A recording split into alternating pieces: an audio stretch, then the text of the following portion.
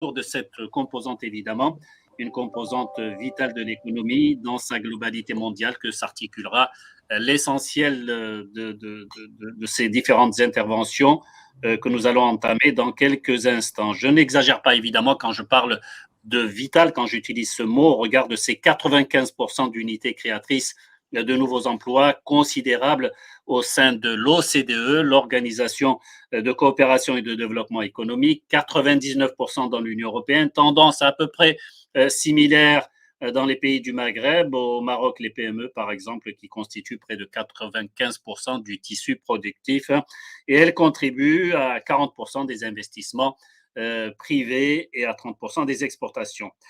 Présenter ces enjeux, son devenir aussi, son interaction dans le contexte clairement défini par le nouveau modèle de développement, le fameux NMD, initié par le roi Mohamed VI. Alors, présent à ce webinaire, Nasser Saddeqi, directeur des opérations financières et des marchés, plus connu sous le sigle AMMC. Bonjour à Nasser. Vous m'entendez? Oui, bonjour Si Ahmadi, merci pour l'invitation. Et puis Amine Diouri, directeur des opérations Inforisque, spécialisé dans l'information commerciale sur les sociétés marocaines. Bonjour à Amine Diouri. Est-ce que vous m'entendez? J'aurais aimé que vous me disiez voilà un petit bonjour aussi, au fur et à mesure, ne serait-ce que pour être sûr Désolé, que le contact est établi. Tout va très bien. Merci en tout cas de votre invitation. Eh bien, nous avons aussi Younes Benjeloun, administrateur général de CFG Bank. Bonjour aussi Younes. Je pense que nous l'aurons d'un moment à l'autre. Mohamed Slaoui, directeur des opérations de Maroc Clear. Bonjour.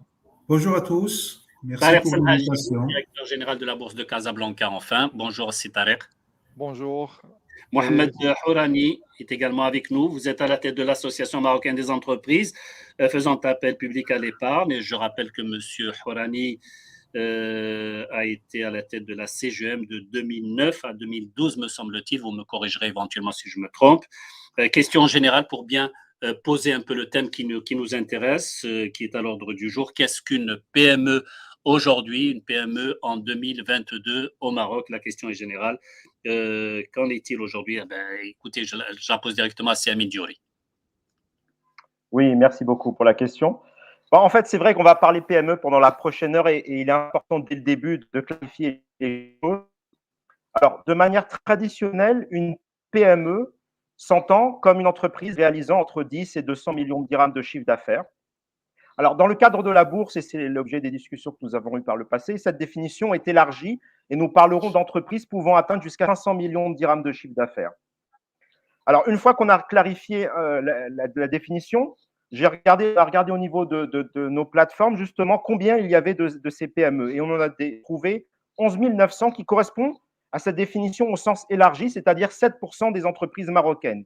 Les trois quarts, c'est-à-dire 9 200 entreprises, sont des sociétés entre 10 et 50 millions de dirhams de chiffre d'affaires, 1 400 entreprises entre 50 et 100 millions de dirhams de chiffre d'affaires et 1 200 entreprises, soit 0,7% du total, entre 100 et 500 millions de dirhams de chiffre d'affaires. Et c'est, je pense, cette cible-là qui sera adressée par les autres intervenants qui vont effectivement décliner cette offre PME bourse. Alors justement, après avoir dressé… Allez-y. Je voulais juste aussi faire un état de la santé financière justement de ces PME au travers de trois constats. Le premier constat, c'est que si on regarde la structure du passif de la PME, elle est strictement différente selon la taille de la PME. Plus l'entreprise est petite et plus le poids des fonds propres et quasi-fonds propres est important. Le cas notamment pour les 10-50 millions de dirhams de chiffre d'affaires.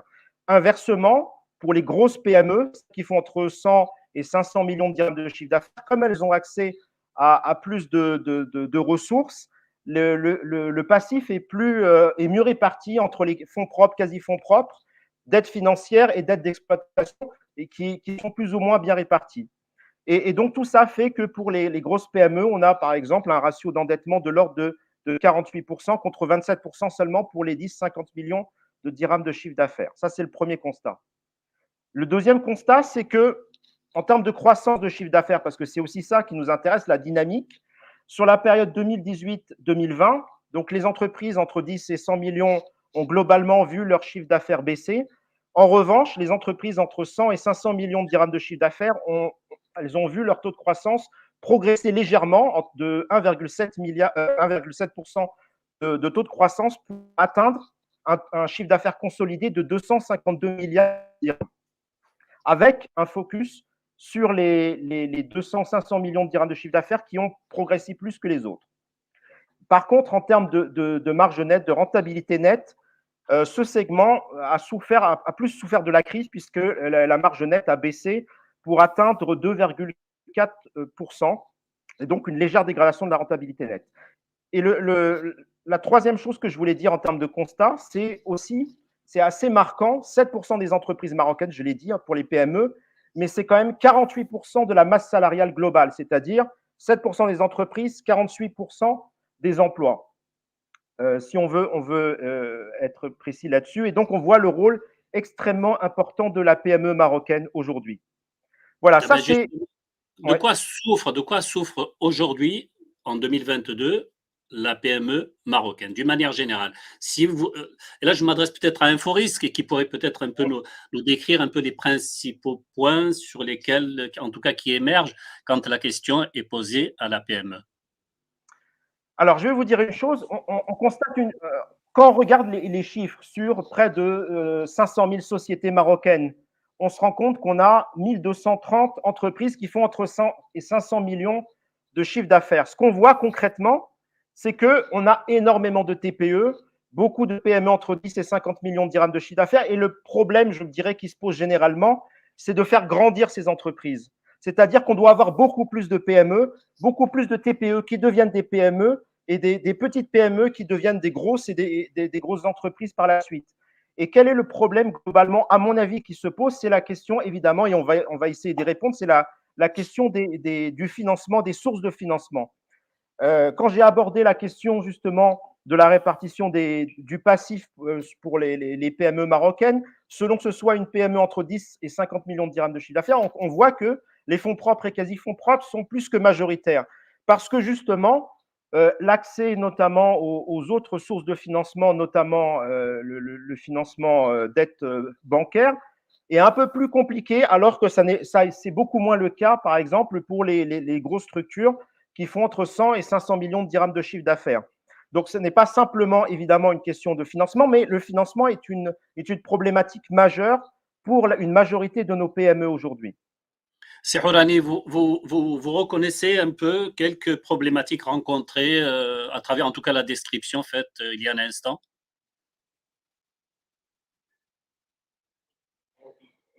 Sehourani, je ne vous entends pas.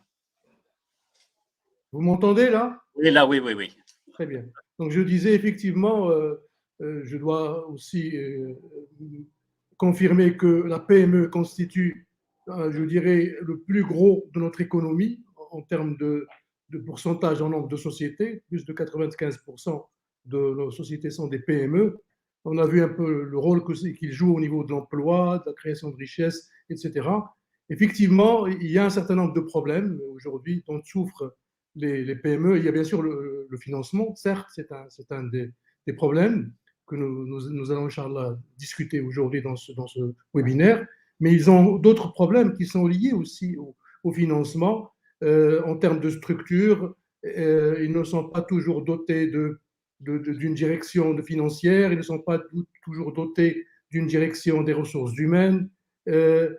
Souvent, ce sont des sociétés familiales où il y a des petits soucis en termes de gouvernance, etc. Donc, il y a pas mal de problèmes, je dirais, dont souffrent ces PME.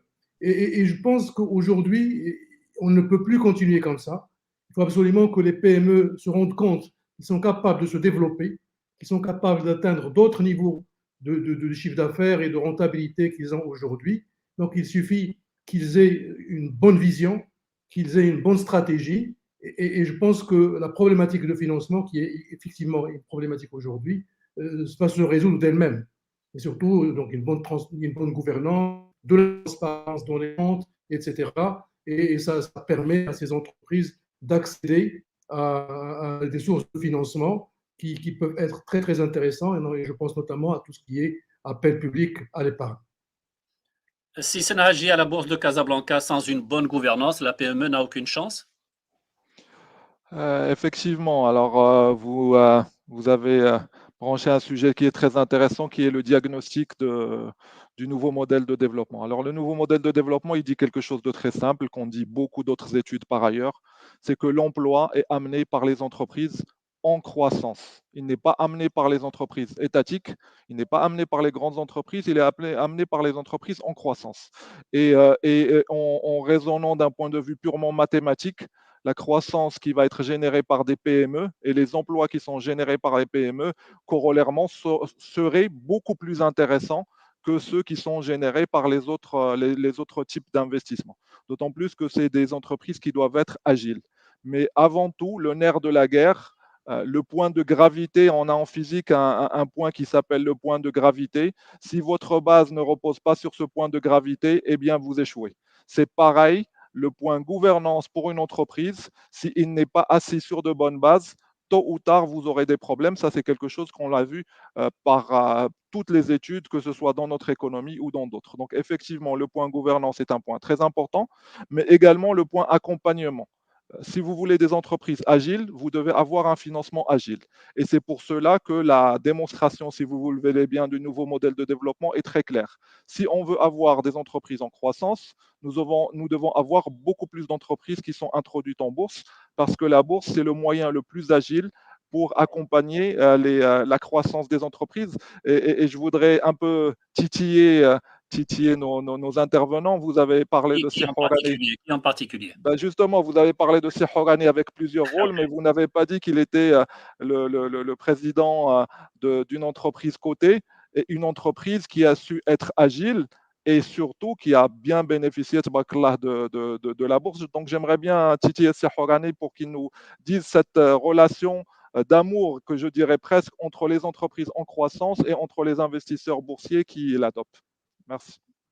Ben, je vais intervenir avec Chaïb. Allez-y, je vous en prie, puisque vous avez été interpellé directement. Très, très.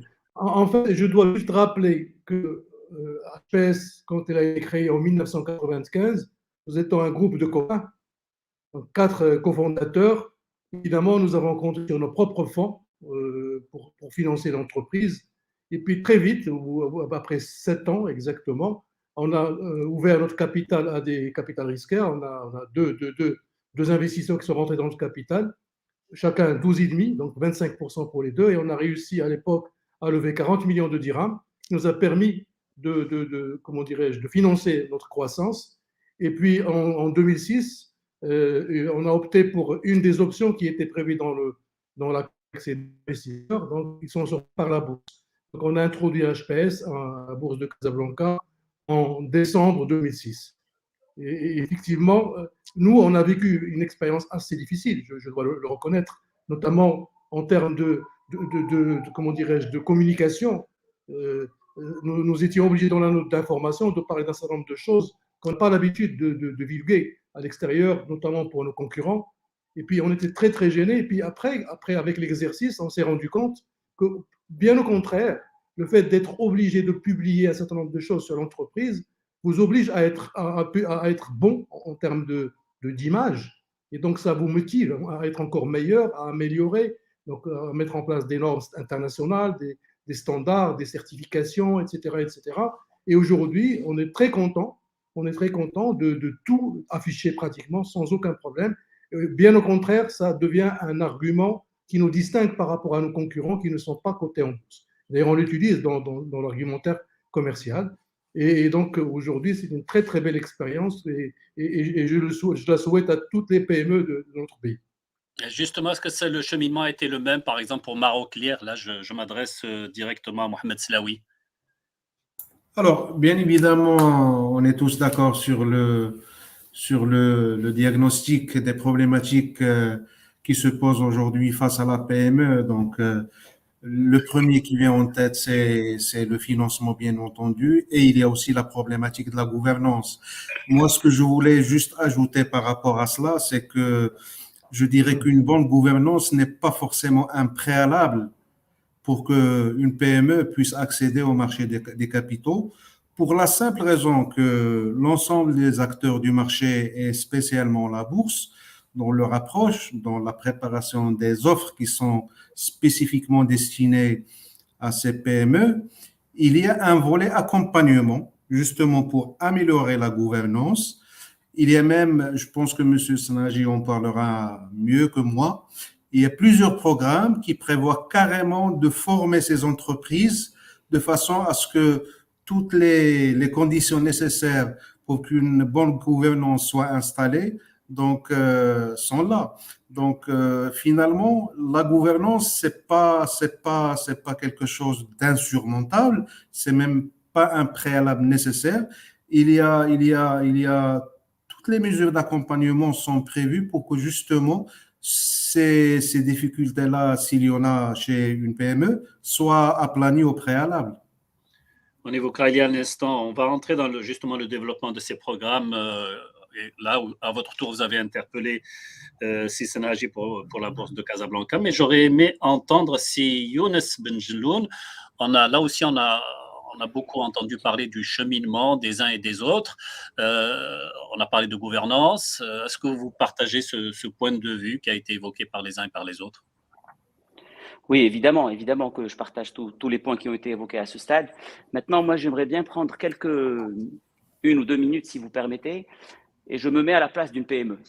D'accord? Je me mets à la place d'une PME et j'aimerais bien pouvoir répondre, ou en tous les cas, les pousser à se poser la question de dire à quoi ça sert d'être coté en bourse pour une PME? À quoi ça sert? Moi, je suis une PME, je vis bien ma vie, j'ai des difficultés par-ci, j'ai des avantages par-là, etc. Mais à quoi ça sert que je sois coté en bourse? Qu'est-ce que ça m'apporte, moi, PME, ou moi, actionnaire, ou moi, famille actionnaire d'une PME, qu'est-ce que ça m'apporte d'être coté en bourse? Alors, moi, je dis la chose suivante. Tout ce qu'on va dire tout à l'heure, pendant ce qu'on dit depuis tout à l'heure et ce qu'on va dire encore pendant les minutes qui suivent, etc., c'est des moyens pour vous rassurer, pour vous expliquer pourquoi il est important de comprendre que l'introduction en bourse correspond à une source, et Sihora l'a dit, à un moyen de vous financer. C'est-à-dire qu'aujourd'hui, et ça a été dit au tout début, la bourse, les gens ne la voient que très rarement comme étant une source de financement. Une source de financement pour les PME. Une PME qui atteint ses limites en termes d'endettement, qui atteint les limites en termes de ce que ses actionnaires peuvent lui donner comme financement, mais qui veut grandir parce qu'elle a un marché qu'elle peut développer, elle a peut-être un marché à l'international, elle a une nouvelle usine qu'elle veut construire. Comment est-ce qu'elle peut continuer à se financer alors qu'elle a fait le plein de ses actionnaires et le plein de dettes? Eh bien, le marché boursier est là, la bourse est là, et elle peut vous fournir les fonds propres nécessaires pour votre croissance et pour votre développement. Ça, c'est une chose. Et ce n'est pas le cas actuellement?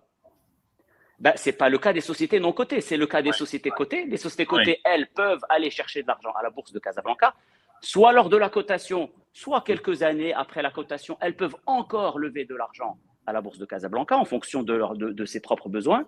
Donc, première raison pour être coté pour une PME, c'est d'aller prendre de l'argent à la bourse pour grandir et croître. Deuxième raison fondamentale pour les familles qui sont actionnaires et pour les actionnaires. Deuxième raison, c'est d'abord que lorsqu'on est plusieurs associés, plusieurs actionnaires, ça permet de rendre les actions de cette société liquides et valorisées à leur juste valeur chaque jour que Dieu fait. Et donc, la succession, la pérennité de l'entreprise, la relève, que ce soit les enfants ou un management qui est différent de l'actionnariat, se fait de manière extrêmement fluide. Et on a une multitude de cas où le fait que la société ait été cotée au préalable ont fait que la relève, la succession, etc., se sont déroulées de manière extrêmement fluide et sans impact sur la pérennité de l'entreprise et sur son fonctionnement. Et l'autre point que je tiens, et ça, Sihorani l'a déjà dit, quand on est coté, on change complètement de statut. La négociation avec votre banque n'est plus la même. La négociation avec votre client ou votre fournisseur n'est plus la même parce que vous êtes transparent, vous communiquez sur vos chiffres, les gens savent exactement ce que vous êtes et ce que vous valez et comment vous fonctionnez, et donc ils sont plus à l'aise, ils sont rassurés d'être avec vous comme client ou comme prestataire. Donc je ne sais pas si je vais avoir encore la parole tout à l'heure, auquel cas je peux laisser un point. Mais l'autre point que j'aurais voulu aborder, c'est la perception de toutes les personnes que j'ai eu à essayer de convaincre, et j'en ai convaincu pas mal, alhamdoulilah, pour qu'elles soient cotées, la perception préalable, de prime abord, au début, les gens, qu'est-ce qu'ils voient comme obstacle, comme frein, comme inquiétude, etc., par rapport à une cotation. On en a déjà parlé, tout le monde en a parlé, c'est la gouvernance. On se dit, oulala, si je suis coté, je vais avoir un niveau de gouvernance compliqué à atteindre, je ne suis pas outillé pour, etc. Mais la vérité, le numéro 1, en général, ce n'est pas celui-là, c'est qu'ils ont peur d'avoir des actionnaires extérieurs avec eux. Ils se disent, oulala, je vais avoir des actionnaires, ils vont me gêner dans ma gestion, je ne vais plus être libre de faire ce que je veux, je ne vais plus pouvoir décider. Mais ce n'est pas le cas. Je réponds de manière je pose des questions et je réponds très vite. Ce n'est pas le cas. Les actionnaires minoritaires ne sont pas là pour gêner le management ni les actionnaires historiques dans leur gestion ou dans le développement de leur boîte. Ils ont juste besoin d'être au courant de ce qui se passe. Juste tenez-les informés. D'accord ? Bien sûr qu'ils ont des droits lors de l'Assemblée générale, ils peuvent voter pour un dividende, ils peuvent voter lors des augmentations de capital, mais ils ne sont pas là pour se substituer ou pour gêner le management dans l'exercice de sa fonction. Et l'autre petite inquiétude, si on se dit, oh là là, je suis coté, donc la gouvernance doit être sophistiquée et je dois être toujours bon, je dois toujours faire du bon résultat, etc. Donc, il y a je ne sais pas comment je vais le qualifier, mais une petite impréhension en disant, si je suis coté, c'est que je dois être déjà parfait. Et c'est là où je reviens à un point fondamental. La bourse n'est pas là pour accueillir les entreprises qui sont déjà parfaites. La bourse, elle est là pour accompagner les entreprises qui ont besoin de grandir. Elle est là pour donner de l'argent à ceux qui ont besoin d'argent. Et elle est là pour améliorer et sophistiquer les entreprises qui ont besoin d'être sophistiquées. Et pour monter en puissance et pour grandir, etc. Et le nombre d'exemples de sociétés qui ont été introduites en étant toutes petites et qui ont grandi en 10, 15, 20 ans et qui sont devenues des grandes entreprises, il est non négligeable à la Bourse Casablanca, même si on n'a pas beaucoup de boîtes cotées, mais on a quelques vécus et quelques expériences très, très, très réussies avec des success stories vraiment impressionnantes. Voilà, donc en synthèse, la bourse est là pour vous donner de l'argent, pour grandir. Donc la bourse est un moyen de financer les entreprises ambitieuses qui veulent grandir et qui veulent se développer et contribuer évidemment au développement de leur propre pays et de leur propre entreprise. C'est ce dernier, on ne vous a pas entendu. Alors, il y a plusieurs remarques, plusieurs choses qui peuvent être dites, peut-être même faire réagir par rapport à tout ce qui a été dit par Younes Benjelloun. Gouvernance, l'argent, cette espèce d'approche de la PME vis-à-vis de la bourse. Comment voyez-vous, vous, en tant que directeur des opérations financières et des marchés? Merci, Sehmadi. Effectivement, le financement par le marché des capitaux exige naturellement le respect de certains prérequis en matière de gouvernance, en matière de transparence, etc. Alors, il y a des mécanismes, et je pourrais y revenir, qui permettent d'accompagner les PME pour se mettre au niveau de ces prérequis. Ces prérequis, bien sûr, nécessitent un effort de la part des entreprises, il ne faut pas se leurrer. Ça nécessite un effort, mais en contrepartie de cet effort, ces PME bénéficient de plusieurs avantages. Alors, sans revenir sur l'ensemble des avantages qui ont été cités, soit par M. Snaji, soit par M. Benjelloun, je dirais simplement que cet effort contribue fortement, d'une part, à la pérennité de la société, par la mise en place de bonnes pratiques de gouvernance, et ça, c'est extrêmement important à dire, et deuxièmement, au renforcement de la confiance entre l'entreprise et ses investisseurs. Et ça lui permet, ça lui facilite l'accès à des financements additionnels pendant tout son cycle de vie, pendant son développement de la société. Une fois que cette relation de confiance est instaurée à travers une bonne gouvernance et une bonne transparence, eh bien, la société peut accéder de plus en plus facilement à des financements sur le marché. Alors, si vous le permettez, M. Ahmadi, j'aimerais aussi répondre à quelques-unes des problématiques qui ont été soulevées par les interventions des uns et des autres en rappelant un peu ce qui a été fait au cours de ces dernières années, justement, pour faciliter, si vous voulez, l'accès des PME au financement via le marché des capitaux et bien sûr à travers la bourse notamment. Alors, vous devez le savoir, cette problématique constitue vraiment une priorité pour l'autorité du marché des capitaux. D'ailleurs, pas plus tard qu'hier, nous avons publié nos priorités pour 2022 et l'accélération de l'accès des PME au financement via le marché des capitaux figure en tête de liste des priorités. Donc, Bon, cette priorité ne date pas d'aujourd'hui. Nous avons mené plusieurs réformes avec tout l'écosystème, avec le ministère des Finances, la Bourse, Maroc Lire, l'ensemble des intervenants, avec le souci permanent de trouver un équilibre, et je pense que c'est un point important, entre le maintien de la confiance des investisseurs et la flexibilité qui est requise pour cette catégorie d'entreprise. Ça, c'est extrêmement important parce que si les investisseurs n'ont plus confiance, eh bien, évidemment, ils ne vont pas apporter les financements nécessaires. Alors, pour être concret, je vais donner quelques exemples de ce qui a pu être fait récemment, donc avec l'aide des différents acteurs du marché. Donc, on a mis en place au niveau de la bourse de Casablanca, à côté du marché principal qui lui est destiné aux grandes entreprises, on a mis en place un marché alternatif qui est dédié aux PME avec des règles de fonctionnement qui sont adaptées et qui bénéficient de plusieurs allègements significatifs. Par exemple, une PME peut se financer sur la bourse à partir de 5 millions de dirhams pour les titres de capital, donc les actions, et de 10 millions de dirhams pour les titres de dette, donc les obligations. Il y a aussi un certain nombre de dispenses en matière d'informations à produire pour vraiment s'adapter à cette catégorie d'entreprises qui peuvent avoir des difficultés à produire un certain nombre d'informations. Je pense notamment aux informations sectorielles, aux informations environnementales qu'on trouve dans les prospectus. Elles sont dispensées de ces informations. Elles sont également dispensées de la publication d'un certain nombre de publications périodiques telles que les indicateurs trimestriels d'activité. Le rapport ESG, lui, est limité uniquement à la partie gouvernance. Donc, tous les aspects liés à l'environnement et social, on a considéré qu'effectivement, il était un peu délicat de demander aux PME de les produire dans un premier temps. Et on a également prévu des délais de publication des comptes annuels qui seront plus longs, par exemple, pour les comptes annuels, ce délai de 5 mois pour les PME, au lieu de 4 mois pour les autres sociétés. Alors, pour répondre à une des problématiques ou des inquiétudes qu'a soulevé Younes Mjloun en matière d'entrée de nouveaux investisseurs dans le tour de table, je dirais qu'il y a aussi une réponse qui a été apportée à travers le dispositif légal et réglementaire, à travers la création d'un compartiment réservé aux investisseurs qualifiés.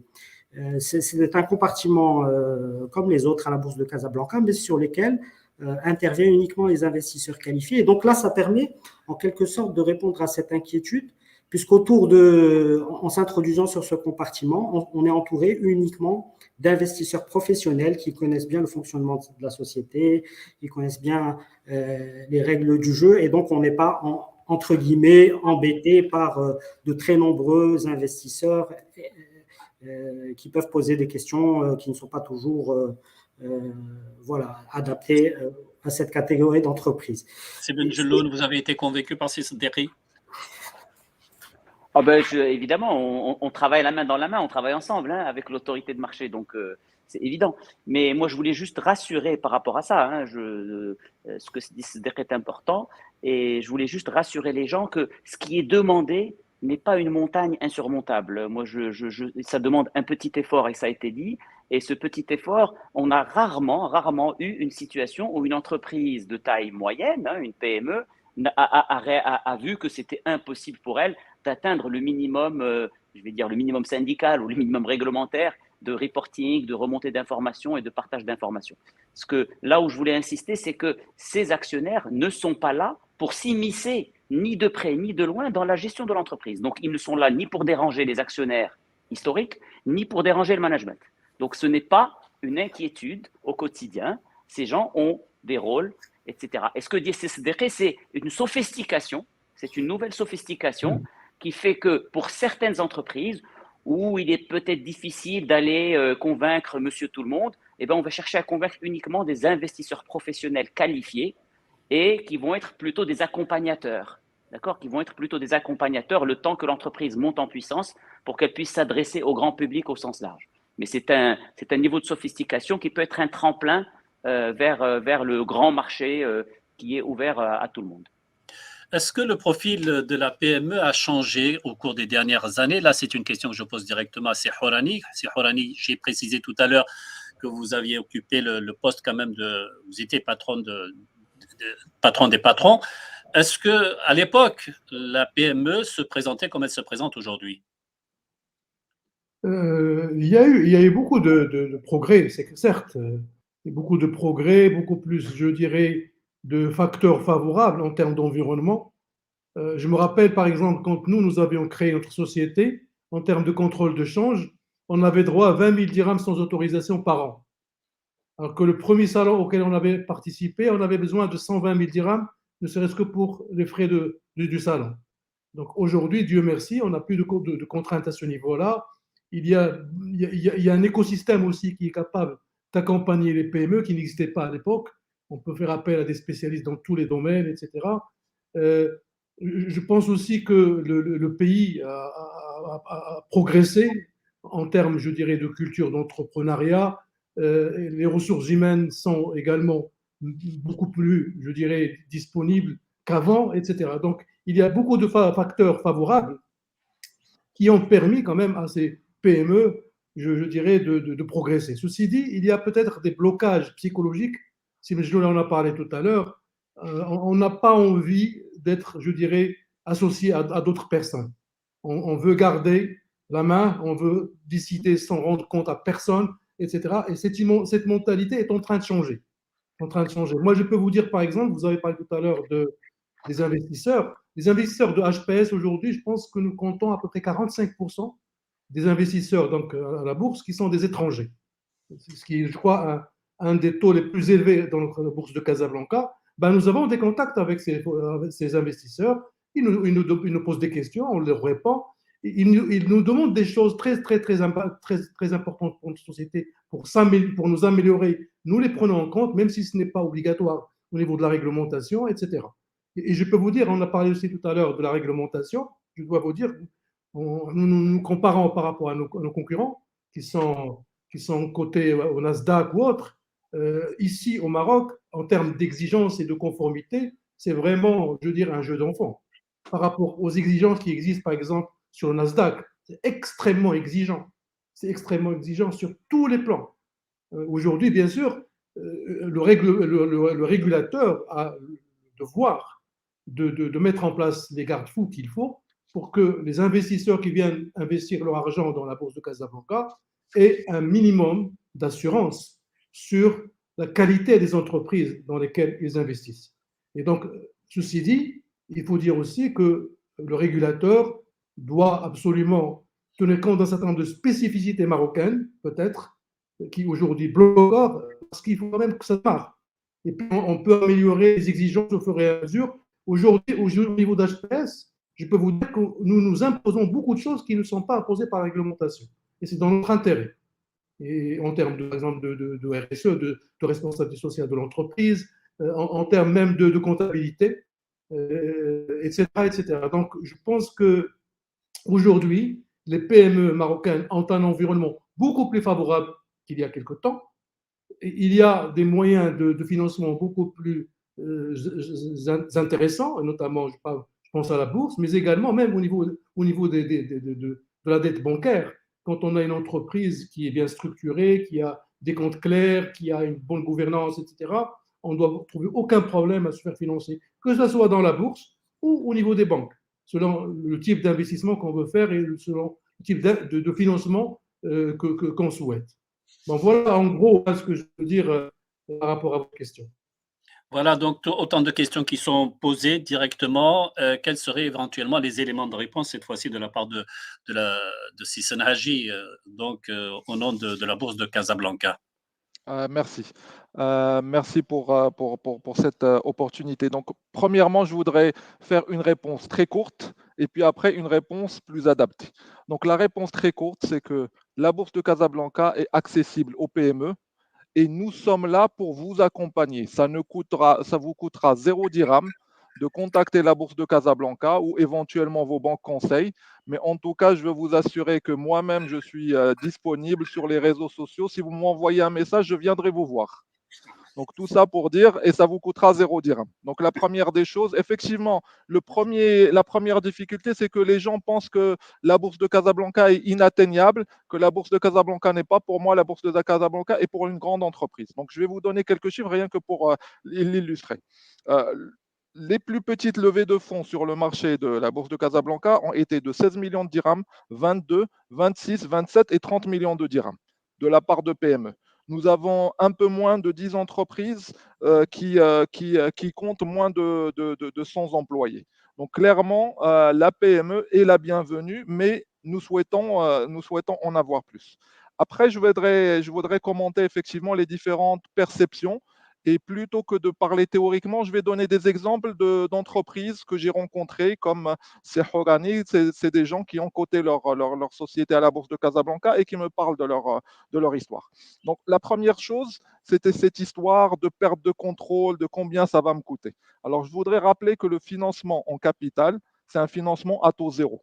Vous amenez avec vous des investisseurs. Si vous gagnez de l'argent, ils partagent, mais si vous perdez de l'argent, ils le partagent avec vous.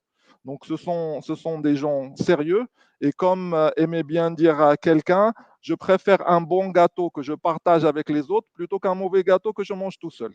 Donc, si vous introduisez 10, 15, 20% de votre entreprise en bourse, ce n'est pas la fin du monde. La deuxième des choses, c'est que cela vient sans aucune garantie. Vous n'avez besoin d'aucun nantissement, aucune garantie de votre part. La seule garantie, comme on a dit, c'est de la confiance. Il faut partager les chiffres, il faut être sérieux, il faut installer une certaine confiance. Et souvent, dans la bourse, on parle de transparence et la transparence fait peur. En fait, moi, j'aime bien dire, je préfère dire du sérieux. Parce qu'on ne va pas jusqu'à un niveau, je pense que Younes a essayé de le dire, la bourse de Casablanca ne va pas vous dire quelle voiture vous devez acheter. La bourse de Casablanca est peut-être l'une des rares moyens de financement en capital qui ne vient pas prendre un siège avec vous dans le conseil d'administration. Vous faites ce que vous voulez tant que vous êtes sérieux avec nous. Et le dernier point dont tu as parlé dans ce premier volet, le dernier point, c'est renforcer son capital, c'est avoir plus de flexibilité pour investir dans des nouvelles lignes de production, explorer de nouveaux marchés. Quand vous êtes trop endetté, comme vous savez, là, vous travaillez juste pour la traite du prochain mois. Si vous travaillez juste pour la traite du prochain mois, comment vous pouvez vous projeter dans l'avenir? Comment vous pouvez investir dans le futur? Comment vous pouvez faire de la recherche et développement?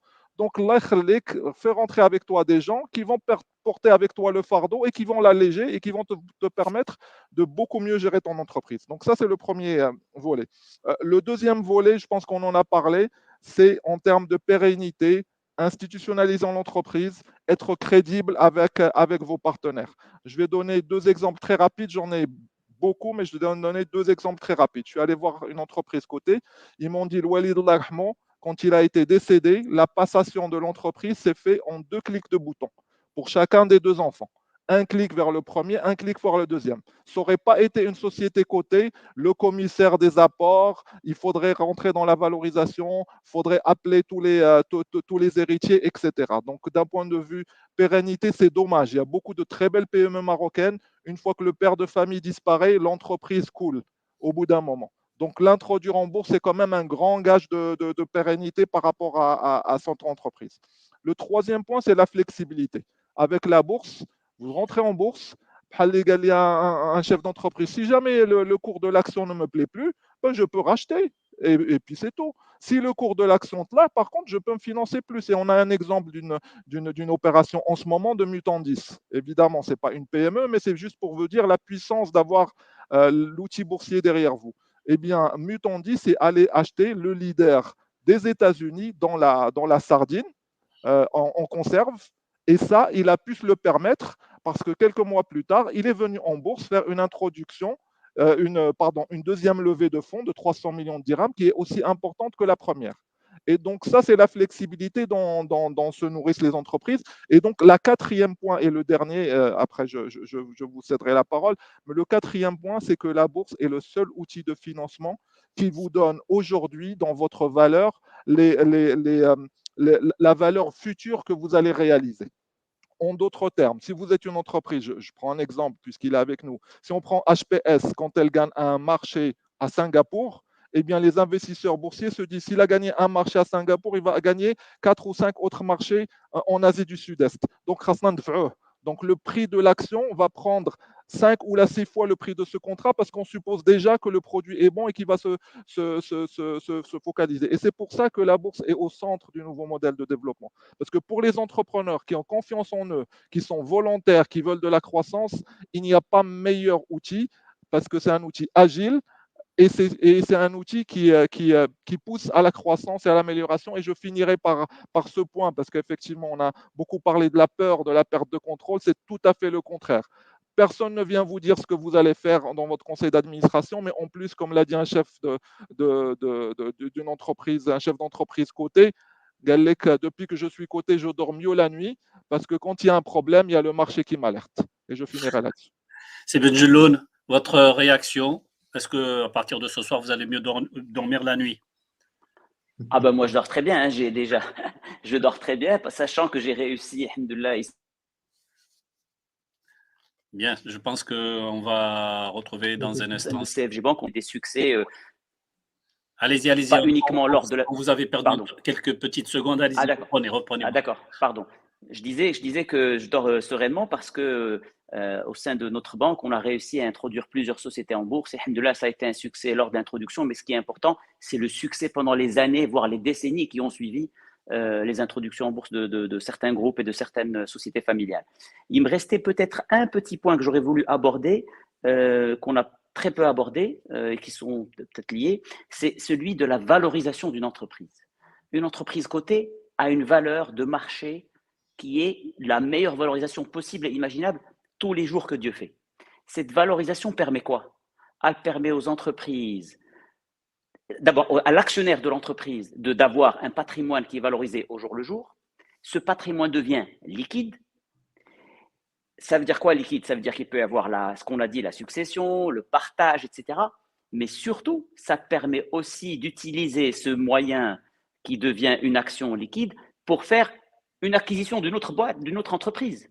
Si j'achète une autre entreprise, ben je peux fusionner avec une autre, je peux l'acheter en allant faire une augmentation de capital, comme l'a dit Sisnaji à l'instant, sur le marché parce que les gens me font déjà confiance. Donc, c'est un levier fondamental qui permet à l'entreprise de grandir aussi par acquisition, par croissance externe et pas uniquement par sa croissance interne à elle-même et la croissance organique, naturelle, etc. Donc, c'est un levier important et c'est un levier aussi de liquidité pour la famille parce qu'une action cotée est une action liquide. Elle peut être vendue, elle peut être donnée en garantie, elle peut être donnée en nantissement pour lever de la dette, pour faire d'autres choses dans la vie. D'accord? Donc, liquéfier son patrimoine, ça ne veut pas dire le liquider, ce n'est pas le vendre, c'est le rendre liquide, le rendre valorisé en permanence et à une valeur qui est admise et acceptée par tous les intervenants. Très bien. Si Benjeloun, effectivement, depuis tout à l'heure, tout ce qui a été dit intéresse énormément de personnes qui nous écoutent et nous passons tout naturellement à l'étape un peu des questions posées par toutes les personnes qui nous écoutent donc et qui nous regardent en ce moment. Et l'une des questions, en tout cas celle que je reçois, elle est adressée directement. Et là, j'aurais aimé avoir la réponse de l'AMMC. Pensez-vous que le financement à travers la bourse reste draconien et lourd à réaliser pour cause de règles imposées justement par l'AMMC?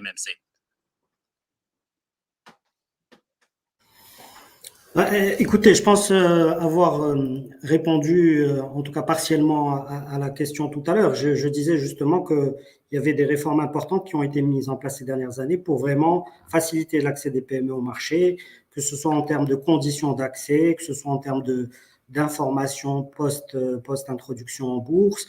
Et donc, je pense aujourd'hui que les règles qui ont été mises en place sont adaptées aux PME, en gardant à l'esprit cette équation permanente d'équilibre entre la protection des investisseurs et la flexibilité qui doit être accordée aux entreprises qui veulent s'introduire en bourse.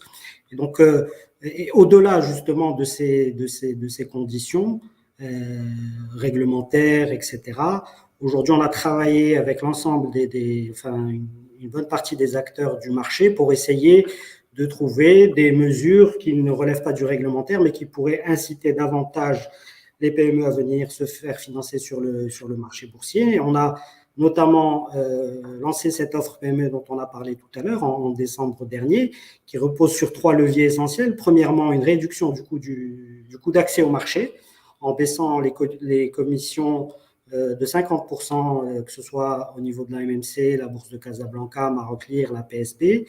L'optimisation aussi des procédures d'accès au marché, là aussi qui peut être considéré comme un frein. Et donc, on a notamment mis en place un guichet unique qui permet de centraliser et de coordonner les démarches qui doivent être effectuées auprès de la MMC, auprès de la Bourse de Casa, auprès de Maroc Lire. Donc, il y a un guichet unique auprès de la MMC qui va centraliser tout ça. Et enfin, point extrêmement important. On a aussi prévu un dispositif de formation et d'accompagnement au profit des PME qui envisagent de lever des fonds sur le marché. Donc, ce dispositif permet vraiment d'accompagner la PME pour se mettre aux normes en termes de gouvernance, en termes de transparence d'information et l'accompagner dans les meilleures conditions pour se présenter au marché, pouvoir lever les fonds dont elle a besoin pour son développement dans les meilleures conditions. Alors là, j'ai une question et là, la réponse est libre. Ça va interpeller chacun de vous. Vous êtes libre d'y répondre. Un spectateur qui nous écoute en ce moment qui se demande quand est-ce que nous aurons le premier club de football à s'introduire en bourse à l'instar de ce qui se passe dans le Royaume-Uni, par exemple. Allez-y, peut-être là.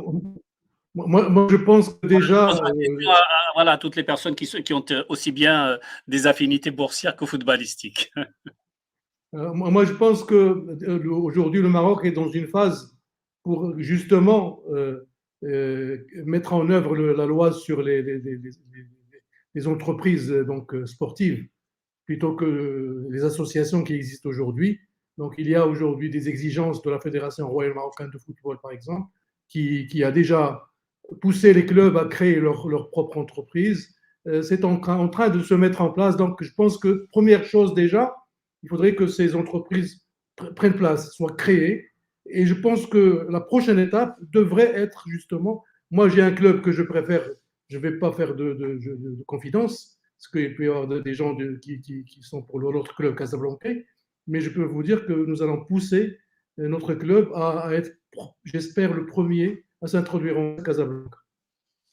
Autre question, est-ce que les émissions obligataires privées ne restent pas à votre avis, un financement ne reste pas, à votre avis, un financement plus souple et plus protecteur au profit de la masse des obligataires? C'est dit en termes techniques, mais ça serait bien si on peut avoir une réponse un peu plus… Bien voilà. sûr, bien Allez. sûr. Alors, la dette obligataire, c'est tout simplement de la dette. Au lieu de prendre de la dette de la part des banques, vous allez directement chez les investisseurs institutionnels et vous vous endettez auprès d'eux. Alors, la dette obligataire, bon, elle est intéressante et c'est en comparaison avec de la dette bancaire, mais le sujet aujourd'hui, c'est avant tout le capital. Comme on a dit, malheureusement, il se trouve que l'économie marocaine se shoot à la dette. Les entreprises prennent trop de dettes, ça leur paraît facile, donc on tire sur la ligne, on tire sur la ligne, on tire sur la ligne. Le problème, comme j'ai essayé d'expliquer, c'est que quand vous avez trop de dettes, vous ne travaillez plus pour votre entreprise, vous travaillez pour votre créancier. Et donc, il est important, je pense, et sans vouloir prendre la parole de tout le monde, mais je pense que le nouveau modèle de développement le dit très bien. Au Maroc, alors je vous cite le rapport, au Maroc, le financement de l'économie est encore fortement dépendant de la dette. Les crédits au secteur privé représentent aujourd'hui 49% du PIB.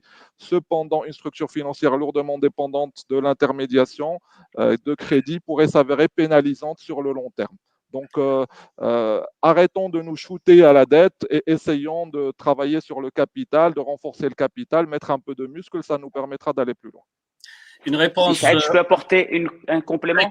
Très court, si vous le permettez. Oui, très court, parce que la question était très précise. La question, elle était sur la dette privée, en mode placement privé. C'est-à-dire, c'est quelqu'un qui pense à pouvoir lever de la dette sur le marché en donnant le minimum d'informations au marché.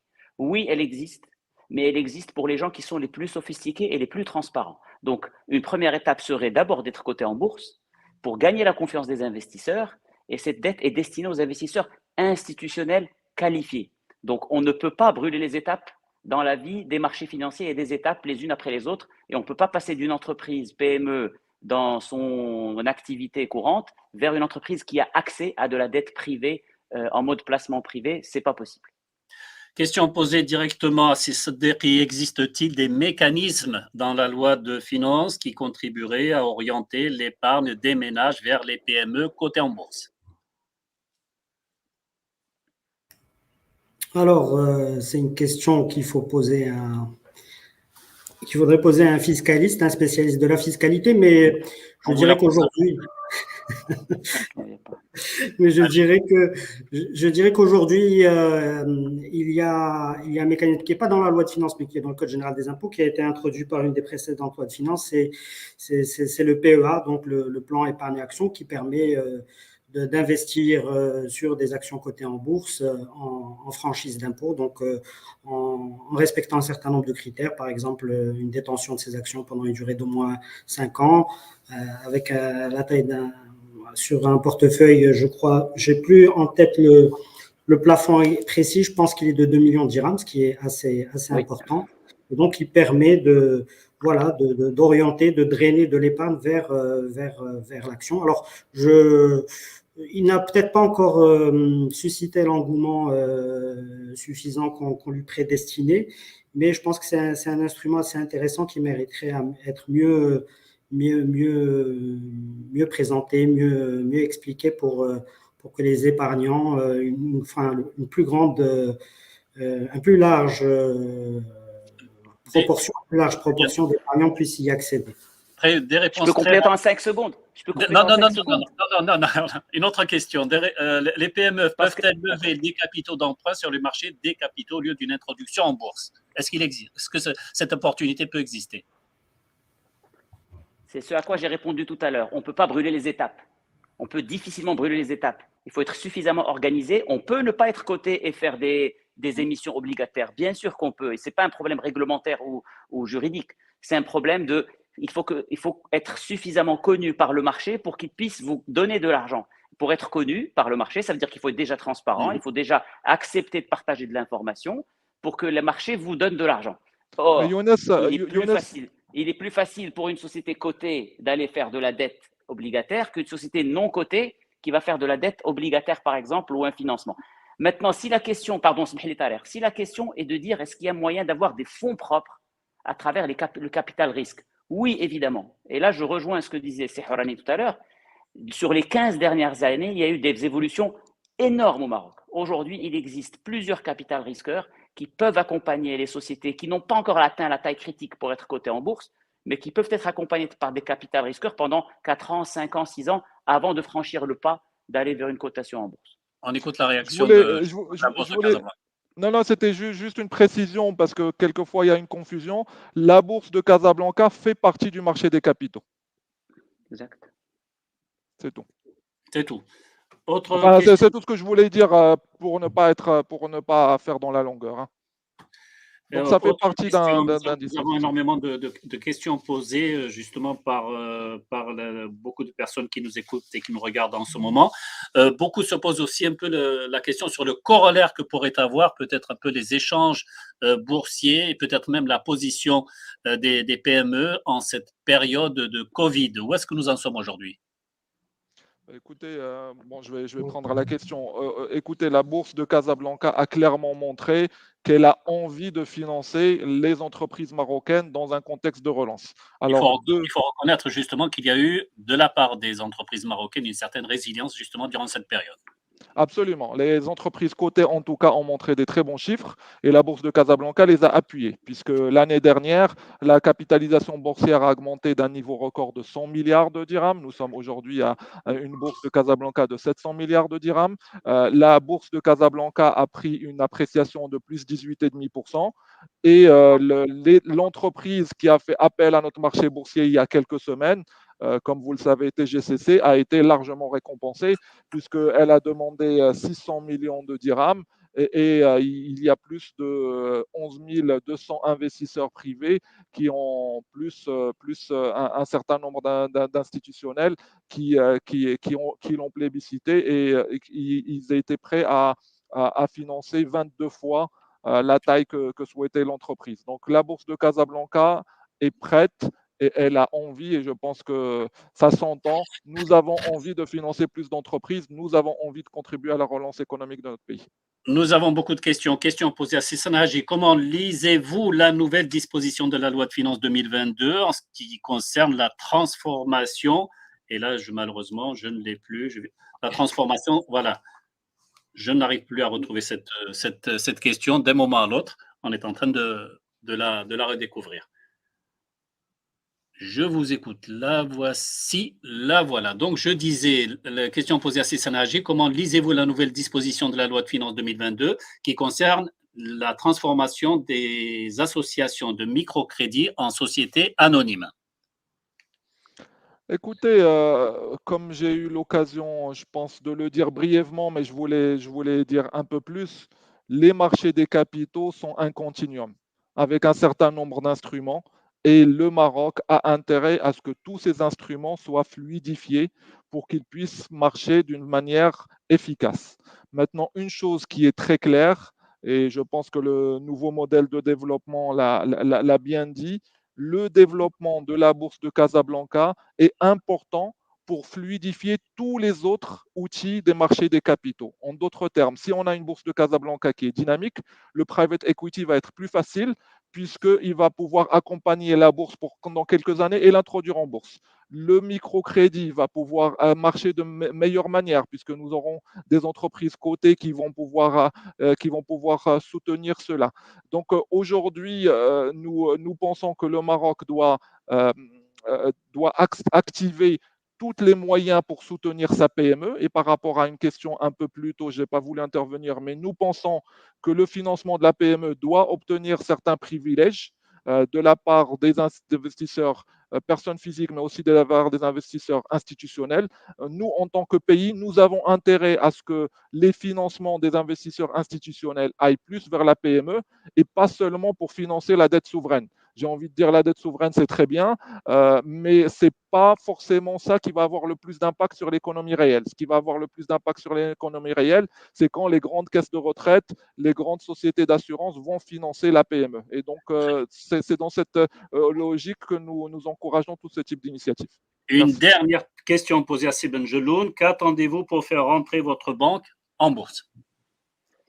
Rendez-vous fin 2023, c'est prévu, et on attendait tout simplement comme on a changé de métier en l'espace sur les 7-8 dernières années et qu'on est passé par une phase d'investissement très fort, donc on n'avait pas les résultats qui étaient vendables, on va dire, qui étaient positifs. Et là, on rentre à nouveau dans les résultats positifs. Et donc, rendez-vous fin 2023, début 2024 au plus tard pour l'introduction de CFG Bank. C'est très rapide, c'est pour très bientôt. Puisque je voudrais profiter là, pour titiller toujours. Mais les meilleurs clients de la bourse aujourd'hui sont les banques. 6 des 7 plus grandes banques marocaines sont cotées en bourse. Et là, on a l'annonce sur une autre. Et l'État est un grand utilisateur de la bourse. Donc, les utilisateurs les plus sophistiqués utilisent la bourse. Ça veut dire que la bourse est bonne pour vous. Donc, venez discuter avec nous. Eh ben, je vous donnerai tout à l'heure le dernier mot. Justement, là, c'est ce que je vais demander à chacun d'entre vous. 30 secondes, 45 secondes, grand maximum. Me donner votre dernier mot en signe de clôture un peu de ce rendez-vous, qui est très important, qui est très intéressant. Allez-y. Sibin Jeloun, pourquoi pas? OK. Alors, moi, je veux juste 2 phrases très rapides. Si vous avez besoin d'argent parce que vous voulez grandir, la bourse est là pour vous. Et deuxièmement, ne vous posez pas trop de questions. Est-ce qu'il y a de l'argent qui est disponible à la bourse pour moi? Parce que mon secteur, peut-être que les gens ne le connaissent pas. Moi, je le connais mieux que tout le monde. Et il n'est pas encore prêt. Je ne suis pas encore mature. Ne vous posez pas cette question. Si ce webinaire vous a donné envie au moins d'aller creuser, n'hésitez pas à aller poser des questions à votre banque conseil. Posez-lui des questions par rapport à votre cas spécifique. Et ne vous dites pas, il y a suffisamment d'argent au niveau des petits porteurs, au niveau des institutionnels, pour introduire des dizaines et des dizaines d'entreprises à la Bourse Casablanca sans changer rien du tout. On n'a pas besoin de nouvelles réglementations sur l'épargne. Si elle vient, elle est la bienvenue. Mais en attendant, on n'en a pas besoin. Donc, il y a suffisamment d'argent qui peut être vraiment orienté vers la PME qui a de l'ambition et qui veut grandir et qui est prête à partager de l'information relativement basique et absolument pas inquiétante avec ses futurs actionnaires. Donc, venez nombreux. Pardon, la parole est donnée à l'AMMC au nom de Nasser Seddiqi. Allez-y, le dernier mot. Merci. Moi, en conclusion, je voudrais dire que le marché des capitaux et le marché boursier aussi, effectivement, offrent aujourd'hui des solutions de financement qui permettent de répondre aux différents besoins des entreprises, dont bien sûr les PME, et que l'écosystème du marché est vraiment mobilisé pour leur faciliter l'accès au marché. D'ailleurs, je me réjouis de la création récente de l'association des entreprises faisant APE, qui est représentée aujourd'hui ici parmi nous par M. Hourani, et qui pourra également apporter sa pièce à l'édifice. Voilà. Conclusion demandée également à ces Diori d'Inforisque. Oui, alors écoutez, moi en tout cas, toutes les explications que j'ai entendues étaient très claires. Je vais un peu prêcher en conclusion pour ma paroisse. Dire simplement, on a parlé de financement, on a parlé de gouvernance, de transparence comme facteur d'amélioration pour la PME. Je voudrais rajouter une dernière chose. Une entreprise qui croît, c'est une entreprise aussi qui est structurée en termes de process, en termes de data qui vient irriguer un système d'information. Et parce qu'aujourd'hui, le monde change très rapidement, il faut prendre des décisions très rapidement au niveau des entreprises. Et donc, à un moment donné, il faut avoir la bonne data, il faut avoir les bons systèmes d'information pour aller vite et pour croître rapidement sans prendre trop de risques. Sislaoui de Maroc Clear, votre conclusion, si vous le permettez. Alors, moi, je dirais tout simplement que la PME qui décidera de passer par la bourse va finalement intégrer un écosystème et une chaîne de valeur. Donc, il commence par la MMC, en passant par la bourse, par Maroc Clear. Et donc, ce sont des infrastructures de marché solides qui fonctionnent conformément aux meilleurs standards internationaux et qui vont apporter une réelle valeur ajoutée à la PME qui décidera de franchir ce pas. Le pas, justement, on en parle. Avec Hourani, c'est à vous.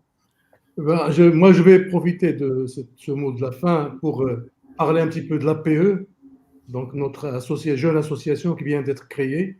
Notre objectif est justement de contribuer à l'amélioration de l'environnement général de l'entreprise, d'une part, et en particulier tout ce qui est appel public à l'épargne, et d'autre part aussi contribuer à rendre plus éligibles les entreprises marocaines à accéder à ce type de financement, et en particulier les PME qui ont fait l'objet de notre webinaire d'aujourd'hui. Sisnaji, je vous écoute. Je pense que je vais répéter ce que j'ai dit depuis le départ. La bourse n'est pas très lointaine, elle est proche de vous. Donc, s'il vous plaît, si ça vous intéresse de discuter du sujet, appelez-nous. Et la deuxième chose que je dis souvent aux PME que je visite, c'est même si vous n'allez pas aller en bourse, inspirez-vous de ce qu'en font les sociétés cotées, inspirez-vous de ces lois et ces processus qui sont mis en place pour améliorer votre entreprise et améliorer votre gouvernance. Donc, ça ne vous coûte absolument rien et bien au contraire, vous pouvez apprendre plein de choses très intéressantes. Donc, au plaisir de vous rencontrer bientôt. Ouais, justement, on a appris beaucoup de choses. 1 heure, c'est très vite passé. Pardon de ne pas avoir répondu à toutes les questions et Dieu sait que nous en avons reçu. Nous avons synthétisé évidemment la plupart d'entre elles que nous avons formulées en une seule question. Et bien sûr, j'espère que vous avez été satisfaits des différentes réponses qui ont été apportées. Merci en tout cas à vous tous et à très bientôt. Merci. Merci. Merci. Au revoir. Merci.